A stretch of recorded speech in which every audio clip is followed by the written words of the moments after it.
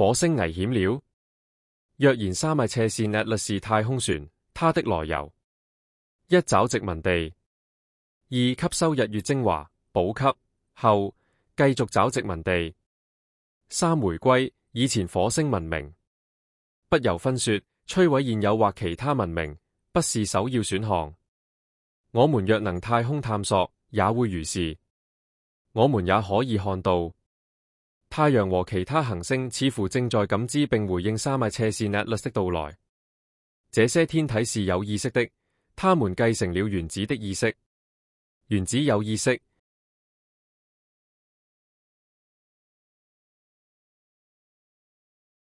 我們不能輕舉妄動，因為一、我們未知對方真正意圖；二、我們也不知對方實力；三、我們也不知他們有沒有後援，否則真的可能成為反撲攻擊的對象，造成地球浩劫。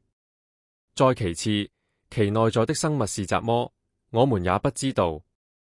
可以其內只有 AI 和機械在操作，因為內在生物都不復存在。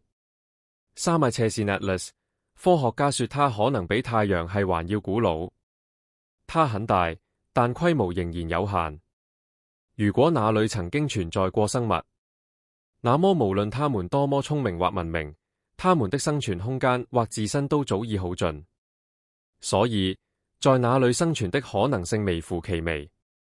如果那裡真的有生物，那也只能是人工智慧和機器人。而且，任何生物都應有生存、殖民火星的權利。